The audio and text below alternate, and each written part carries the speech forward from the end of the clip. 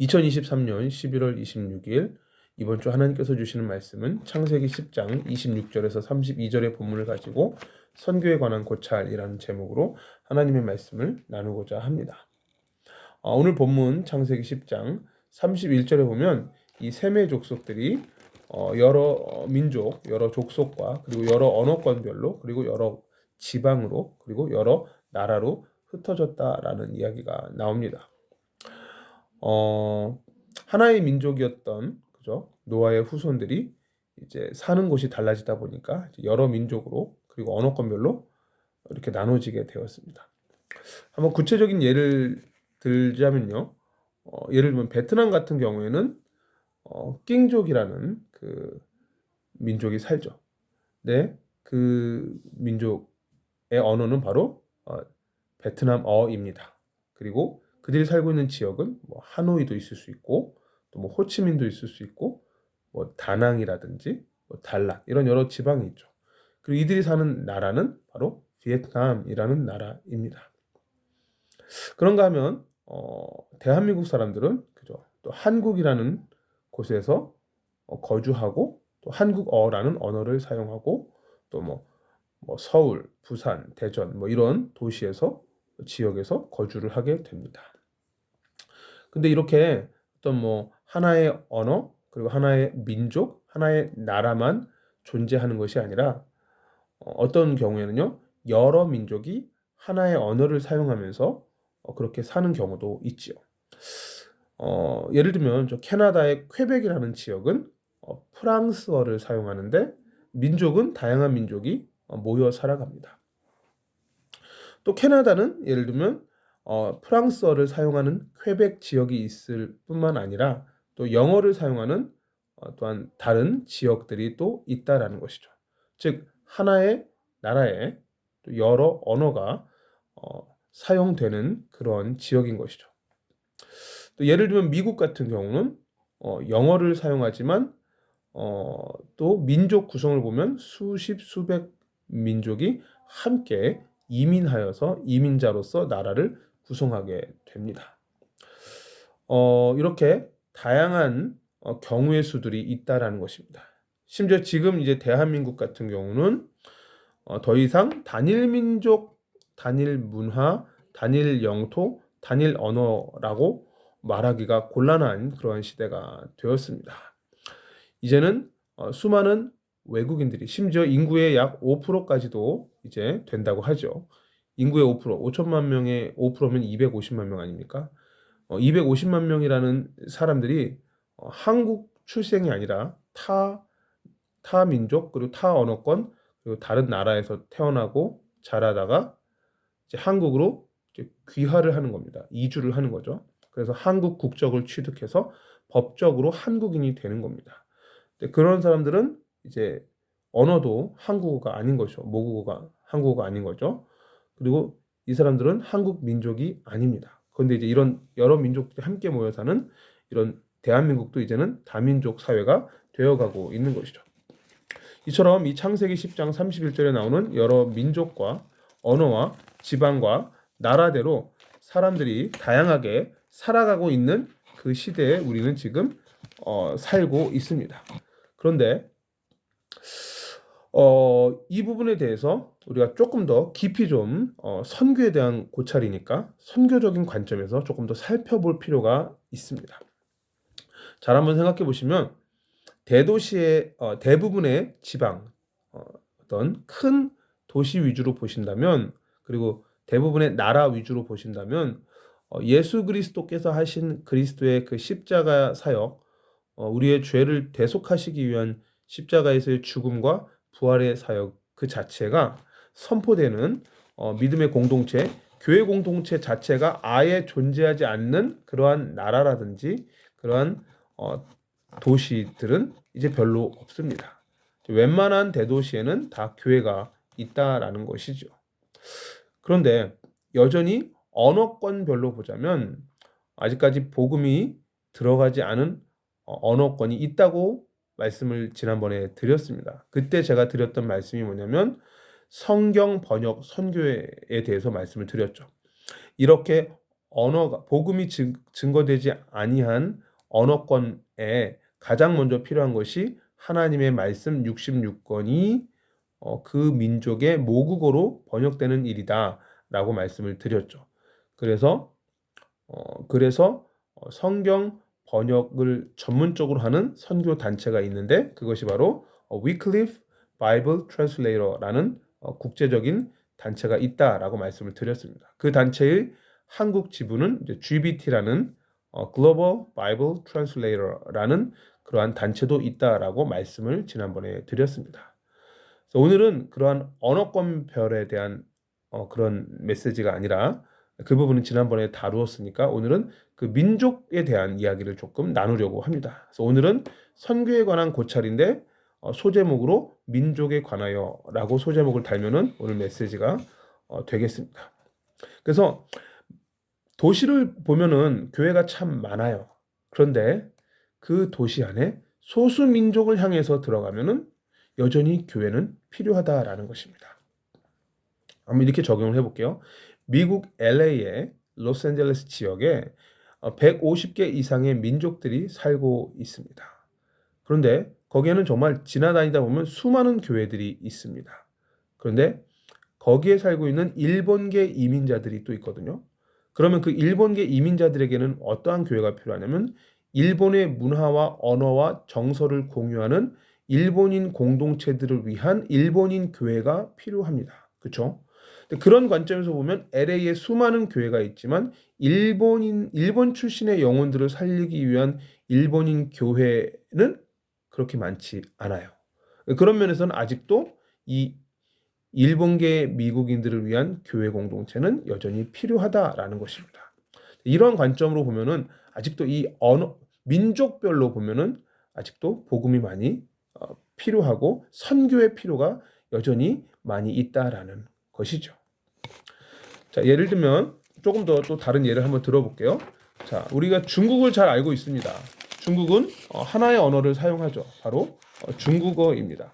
근데 우리는 중국이 하나의 언어, 중국어를 사용하기 때문에 그 중국에는 하나의 민족만 존재한다라고 우리는 이제 오해할 수 있지만 중국에는 하나의 민족만 존재하는 것이 아니라 약 잡아 최소한으로 봐도 약 56개의 소수민족이 존재하는 곳이 바로 이 중국입니다. 그 중국의 56개의 소수민족 중에 하나의 민족이 바로 조선족이라고 하는 대한민국과 뿌리를 같이 하는 그죠? 그러한 그 민족입니다. 그러니까 이러한 소수민족으로 접근하자 보면요, 그 민족의 고유의 언어가 또 있는 것이죠. 그리고 그 민족의 고유한 문화 풍습이 있는 것입니다. 그런 것들을 고려하여 그들을 접근해야 되는 것이죠. 그리고 그들의 공동체 안에서 믿음의 공동체, 예수 그리스도를 위해서 예배하는 그러한 공동체가 세워져야 될 선교적 필요성이 있는 것입니다. 자, 미얀마 같은 경우도 미얀마 언어를 사용합니다. 미얀마 언어를 사용하는데 그럼 미얀마는 그럼 하나의 민족으로 구성되어 있느냐? 아니라는 것이죠. 이 미얀마 안에도요, 큰 대도시에는 교회들이 있어요. 가다 보면은 있는데 무려 소수민족이 135개의 소수민족이 이 미얀마 땅 안에 존재하고 있습니다. 그럼 이 사람들은 이제 서로 의사소통을 하기 위해서 미얀마 언어를 사용하지만 또 자기 민족끼리는 고유하게 사용하는 언어와 또 어떤 정서적 공감을 위한 그 나름의 문화가 따로 있다라는 것이죠. 그러니까 그러한 문화와 언어를 공유하는 그러한 공동체를 위한 그 소수민족 공동체를 위한 교회 공동체가 또 필요하다라는 것이죠. 이러한 관점에서 보면 여전히 선교의 필요가 있다라는 것입니다. 그러니까 이 미얀마의 경우에는 200년 전에 아도니람 저드슨이라는 미국 선교사가 은혜 받고 미얀마 선교를 하러 미얀마 땅에 가서 미얀마 언어로 된 성경을 번역을 했고 그 번역된 성경을 지금까지도 사용하고 있습니다. 그러면 미얀마 선교를 위해서는 이 미얀마 언어로 된 성경 한 권만 있으면 되느냐? 그게 아니라는 거죠. 이 안에 있는 135개의 소수민족을 향해서 나아가려면 이들의 언어가 또 있고 또 이들의 문화가 또 있다라는 것입니다. 그리고 또 베트남 같은 경우도 단순히 이 베트남어 하나만 가지고 되는 게 아니라 또 이렇게 산 쪽으로 가면은 소수민족들이 또 그렇게 많이 살고 있습니다. 물론 하노이나 호치민 같은 대도시에는 이제 교회들이 있지만 소수민족 마을이 따로 있는데 그쪽으로는 또 교회 공동체가 없다라는 것이죠. 자, 인도네시아도 많은 소수민족들이 있습니다. 바하사 인도네시아라는 인도네시아 언어 하나를 사용하지만 그것은 단지 공용어일 뿐이고 자기 민족의 언어가 따로 또 있다라는 것입니다. 자, 지금 제가 언급한 중국, 미얀마, 베트남, 인도네시아 이 네 나라에 공통점이 있는데 바로 뭐냐면 국가가 정한 하나의 공용어가 다 있다라는 겁니다. 중국은 중국어, 미얀마는 미얀마어, 베트남은 베트남어, 인도네시아는 인도네시아어가 있어요. 그런데 그 안에 다 소수민족들이 따로 있습니다. 중국에 살고 있는 소수민족, 미얀마에 살고 있는 소수민족, 베트남에 살고 있는 소수민족, 인도네시아에 살고 있는 소수민족이 따로 있습니다. 그렇다면 이 소수민족에게 복음이 증거되려면 단순히 그 나라의 공용어를 알아서 끝나는 문제가 아니라는 겁니다. 이 소수민족 언어로도 복음이 흘러갈 수 있도록 하려면 공용어를 이해하는 소수민족 사람들이 복음을 받고 그 소수민족 사람들이 자기 민족에게 가서 문화와 정서가 공유되는 그 사람들에게 예수님의 복음을 또 전해야 된다라는 것이죠. 자, 근데 여기에 우리가 고민해야 될 포인트가 하나 나옵니다. 그게 바로 뭐냐면 이러한 소수민족에게는요 쉽게 접근할 수가 없다라는 겁니다. 제가 지난번에 언어 때문에 복음이 증거되지 못하는 그 문제를 해결하기 위해서 Wycliffe Bible Translator라는 성경 번역 선교회가 존재한다고 했죠. 근데 이번에는 민족에 대한 문제입니다. 이러한 소수민족으로 접근해서 예수가 하나님이시오 이 땅에 사람으로 오셔서 우리의 죄값을 대신하여 십자가에서 대속의 죽음을 죽으시고 3일 만에 다시 사신 우리의 구세주라는 것을 전해야 되는데 그러려면 이 사람들을 만나야 되지 않겠습니까? 그러려면 이 소수민족 마을로 들어가야 되는데 이 소수민족 마을로 들어가는 것을 이 정부가 원천적으로 차단하고 있는 경우가 많다라는 것입니다. 중국도 그렇고요. 미얀마도 그렇고요. 베트남도 그렇고요. 인도네시아도 그렇다라는 것입니다. 조금 더 구체적으로 예를 들어볼게요. 중국도 그 쿤밍 이런 지역을 가면은 아니면 뭐 우루무치 이런 지역에 가면은 외국인들이 그냥 거주만 해도요. 도대체 당신이 여기서 왜 거주하는지에 대해서 명확한 설명을 할 수 없으면은 굉장한 감시와 핍박이 따르게 됩니다. 그러므로 그럼 이제 왜 그럼 이렇게 감시를 하고 핍박을 하느냐? 자, 미얀마도 그렇고요. 베트남도 그렇고요.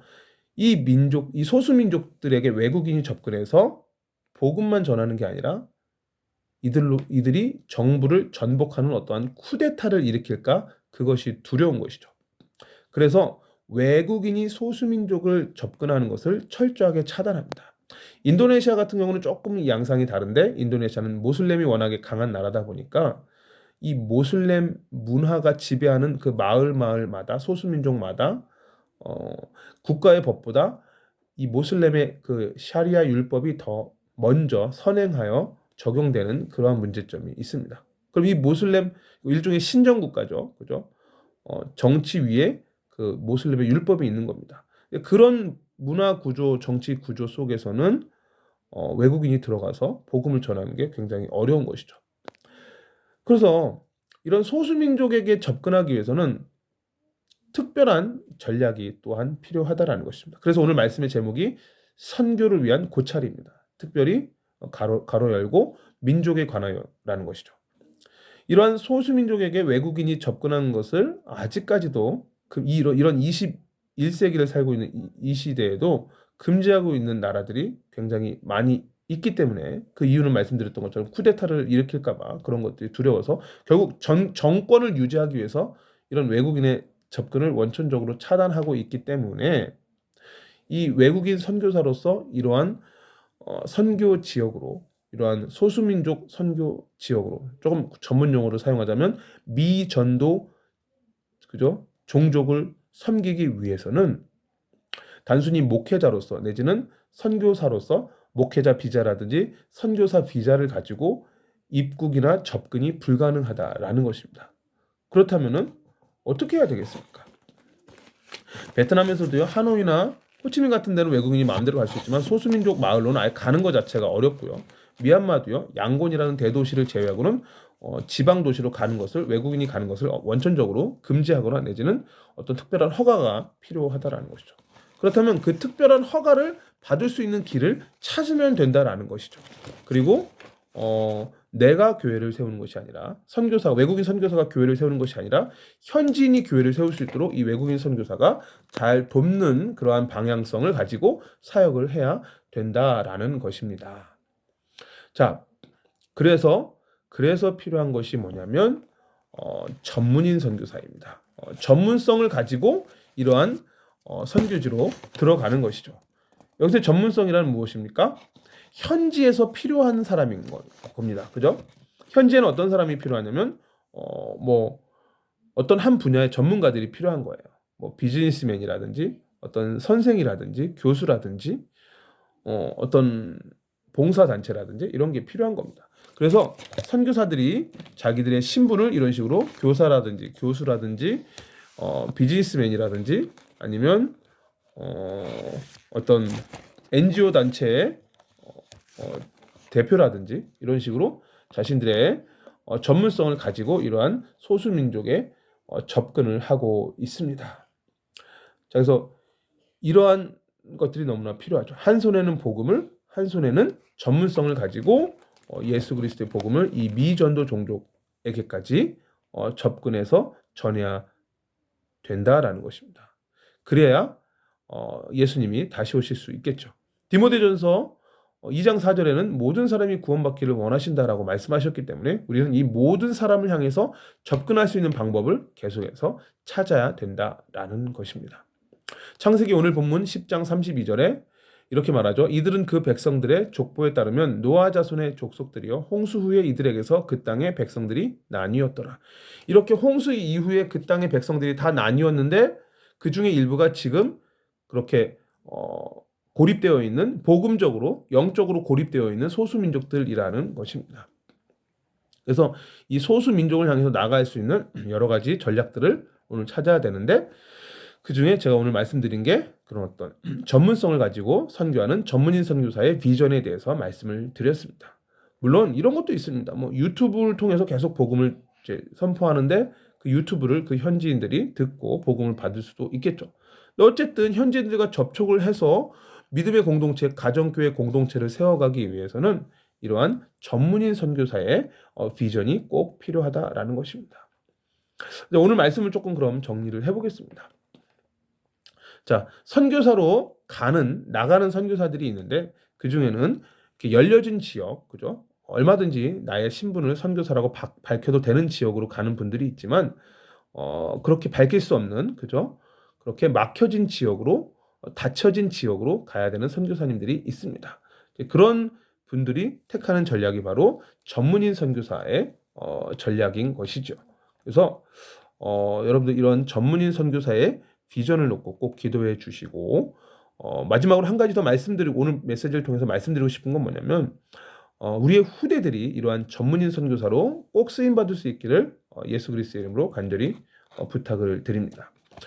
이러한 전문인 선교사로 지금부터 언어를 준비하시고 그죠? 어느 나라를 가든지 아까 제가 말했던 중국이라든지 미얀마라든지 뭐 베트남이라든지 인도네시아라든지 이렇게 많은 민족들이 살고 있는 이런 나라들로 가려면 일단 그 나라의 공용어를 배워야 되겠죠. 그 나라의 공용어를 배우고 또 그 소수 민족의 언어를 배우고 그리고 이들에게 필요한 전문적인 기능을 준비해서 그들을 향해서 나아간다면 그들에게 복음을 전하고 또한 그들 자체적으로 예배를 드릴 수 있는 믿음의 공동체가 세워지는 이러한 선교적 비전을 우리 후대들을 통해서 이룰 수가 있을 것입니다.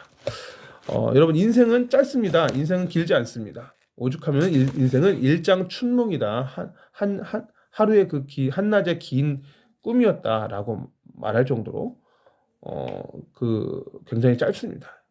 인생은 짧지만 하나님의 말씀은 영원합니다. 요한계시록 7장 9절에서 11절에 이일 후에 내가 보니 각 나라와 족속과 백성과 방언에서 아무도 능히 셀 수 없는 큰 무리가 나와 흰옷을 입고 손에 종려 가지를 들고 보좌 앞과 어린 양 앞에 서서 큰 소리로 외쳐 이르되 구원하심이 보좌에 앉으신 우리 하나님과 어린 양에게 있도다 하니.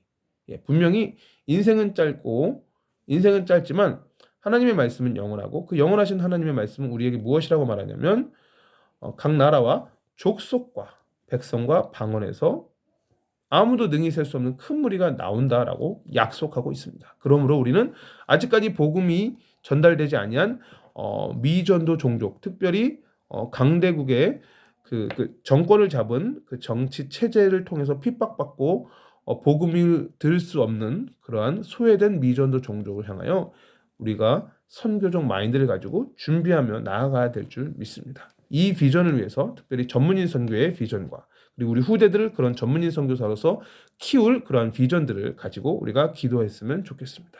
그래야 우리가 다시 오실 예수님이 다시 오실 수 있도록 예수 그리스도를 전하는 이 선교의 비전을 꼭 동참하시는 은혜가 있기를 예수님의 이름으로 간절히 축원을 드립니다. 말씀을 생각하시면서 기도하겠습니다. 하나님, 오늘 주신 말씀대로 선교에 관한 고찰, 민족에 관하여 말씀을 나누게 하시니 감사합니다. 아직까지 복음이 들어가지 않은 특별히 강대국의 언어권에 매몰되어서 소수민족으로 살고 있는 그리하여 외국인의 접근이 원천적으로 차단되어서 복음을 들을 기회조차 없는 그러한 미전도 종족을 향하여 우리가 나아갈 수 있는 방법들에 대해서 살펴보았습니다. 특별히 전문인 선교사의 비전을 꿈꾸게 하시고 이 비전을 통해서 하나님의 나라가 이루어지게 하시고 이 세상 모든 민족, 모든 나라에 주의 복음이 증거되게 하여 주시옵소서. 237개의 나라 5천 종족에 예수가 그리스도이시요 살아계신 하나님의 아들이십니다라는 이 복음의 메시지가 전달되기 위해서 우리가 전문인 선교사로 준비되게 하시고 우리의 후대들을 전문인 선교사로 잘 준비할 수 있게 하여 주시옵소서. 우리의 가정과 가문이 그리고 우리의 후대가 정말 대를 이어서 예수님 다시 오시는 날까지 선교하는 가정과 가문과 후대가 될 수 있도록 우리 일평생을 이곳에 이 사역에 헌신할 수 있도록 우리 모든 성도님들을 축복하여 주시옵소서. 주 예수 그리스도의 이름으로 기도하옵나이다. 아멘.